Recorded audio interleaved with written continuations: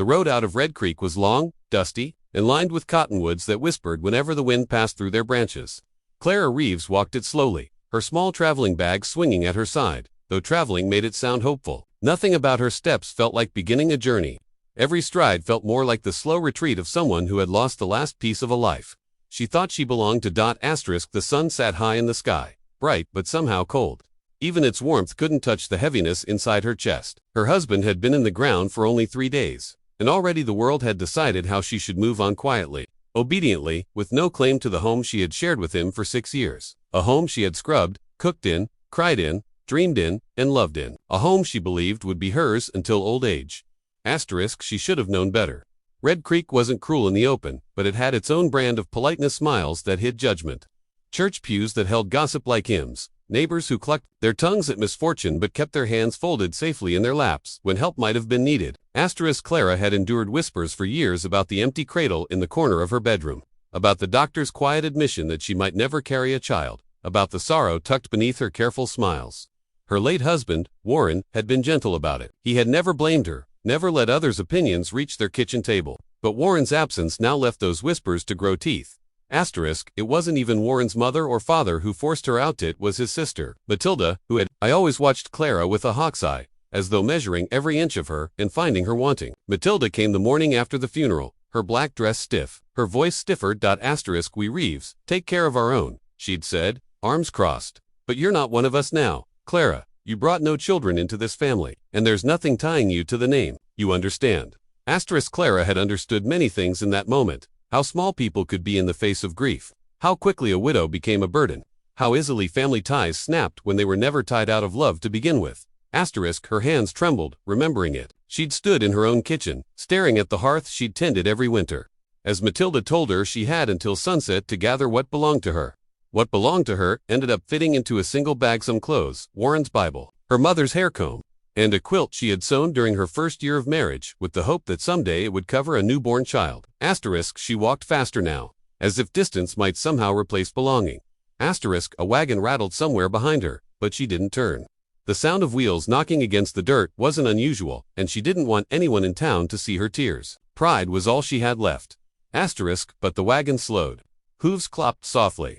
Then a voice, deep, steady, familiar, cut through the dusty quiet. Asterisk, Mrs. Reeves. She stopped. When she turned, Luke Hargrove sat atop his chestnut gelding, reins loose in one hand. She'd seen him plenty in town. A tall, broad-shouldered rancher, with dark hair always wind-tossed, and a quiet way of moving that suggested nothing surprised him. He was known for working sunup to sundown, raising 4 children alone after his wife died last winter, and speaking only when he had something worth saying. Asterisk, he tipped his hat respectfully. Afternoon, Mom. Asterisk, her throat tightened. She wasn't prepared to speak to anyone, least of all a man who could read truth in silence. Asterisk, good afternoon, she murmured. Asterisk, he studied her a moment, her bag, her red-rimmed eyes, the dust clinging to her hem. Not with judgment, just concern. Asterisk, everything all right? He asked gently. Asterisk, she opened her mouth, but her voice cracked on the first word. She swallowed hard. I'm fine, just walking. Asterisk, that's so. His tone carried no disbelief, but his eyes did. Luke Hargrove was a man who had lived through enough storms to recognize the look of someone thrown out of shelter. Asterisk, Clara lifted her chin. I appreciate your worry, Mr. Hargrove, but truly. Asterisk, he nodded, toward the bag. Looks like more than a walk. Asterisk, her fingers curled tighter around the handle. For a moment, she considered lying, telling him she was visiting kin, or heading for another town.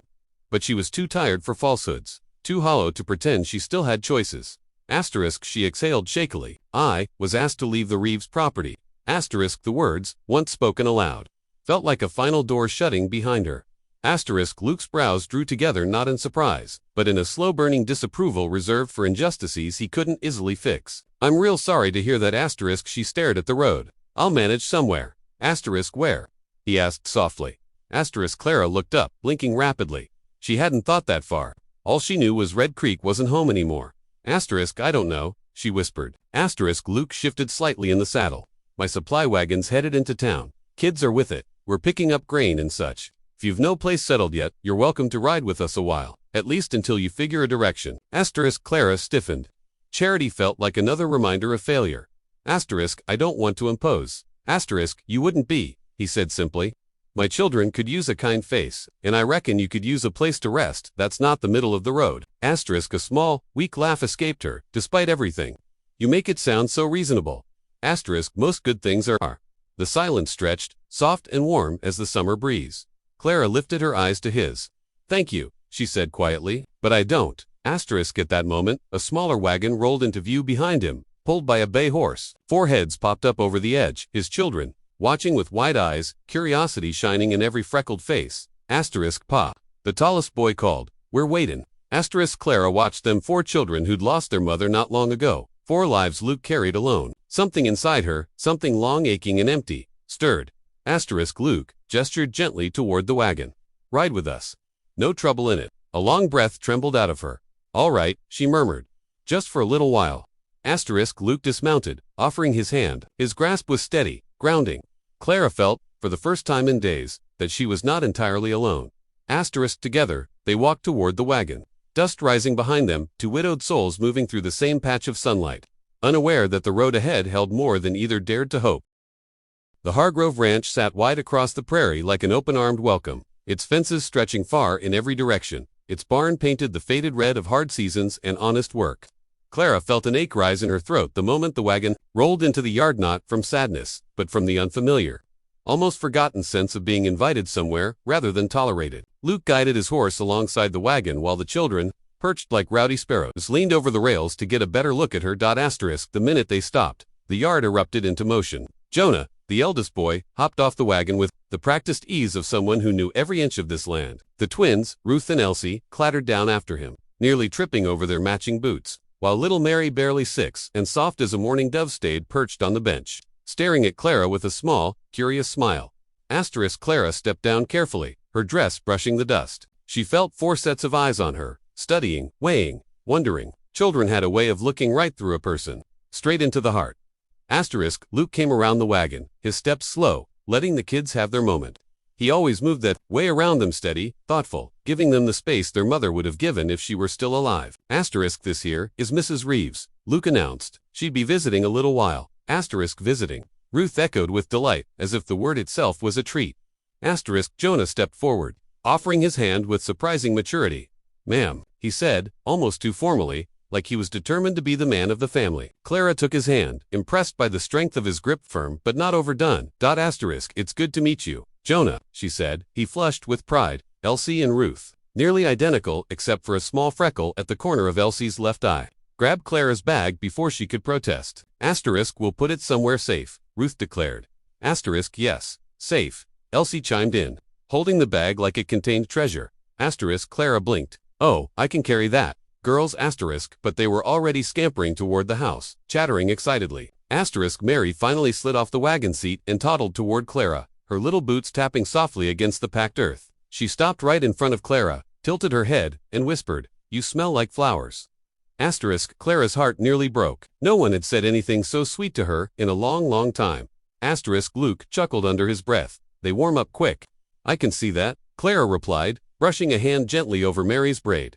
Inside the house, the warm air smelled of biscuits, wood smoke, and the faint sweetness of jam. Clara helped the children set the table. Though they didn't let her do much, they insisted on showing her where every plate, cup, and jar belonged, proud of the chores they'd mastered. Jonah sat tall at the head of the table when Luke wasn't around, keeping the younger girls in check with quiet reminders. Clara found herself smiling more in that 1 hour than she had in months. The meal was simple biscuits, fried potatoes, and a pot of beans that Elsie stirred with so much vigor Clara feared she might fall in. But the laughter around the table, the tangled noise of children telling stories over one another, filled the little kitchen with the warmth that reached places inside Clara she thought long frozen. Asterisk after supper, the twins begged her to read aloud from one of their storybooks. Clara settled into a rocking chair by the hearth while the children gathered like puppies at her feet. She read about brave horses, daring cowboys, and long summer trails. Halfway through, Mary climbed gently into Clara's lap and tucked her head beneath Clara's chin, as naturally as if she'd always belonged there. Asterisk Luke stood in the doorway, watching, leaning against the frame, arms crossed, his expression softening with every passing minute. Clara felt his gaze and glanced up shyly, catching the hint of gratitude in his eyes, but she didn't stop reading. She didn't want the moment to end. Asterisk when the last page was turned, and the fire glowed low, Clara stepped outside to breathe the cool evening air. The prairie stretched in every direction, bathed in purple dusk and silver moonlight. Crickets sang from the tall grass. A breeze carried the gentle scent of hay. She closed her eyes, letting the peace settle lightly over her. It had been so long since she felt anything close to peace. Footsteps creaked softly behind her, small ones, not heavy like Luke's. Mrs. Reeves. Jonah's voice was uncertain, almost shy.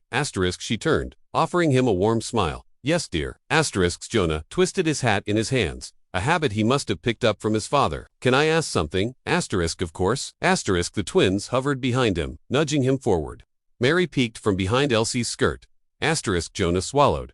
We ain't had a Ma for a while now. Since Ma passed, his voice cracked as he said it. Pa does his best. He really does. But we miss having someone like you around. Clara's breath trembled. She knelt so she could look him in the eyes. What do you mean, Jonah? He hesitated, gathering courage. We were wondering, just while you're visiting, if we could maybe call you Ma. The word hung in the air like a fragile prayer. Clara felt her heart shatter and mend all at once. No one had ever offered her that word before, not even the life she had once dreamed of building. She blinked hard as tears filled her eyes. Oh, Jonah, I don't want to take your mother's place. You ain't, Ruth said quickly. But we don't want to forget how it felt to say it. It feels nice, Elsie added, like we got our hearts back. Mary edged forward, eyes big and hopeful. Ma, she whispered tentatively. Something deep inside Clara broke open in the gentlest way. She wrapped her arms around Mary first, then Jonah, then the twins, pulling them close, feeling their small hands clutching her dress, their warmth sinking into her bones. Behind them. The door creaked as Luke stepped onto the porch. His breath caught at the sight, his children held close in Clara's arms. Clara's tears glowing in the moonlight, the quiet miracle happening without a single word from him. Clara looked up at him, her arms full, her heart fuller than she ever expected it could be again.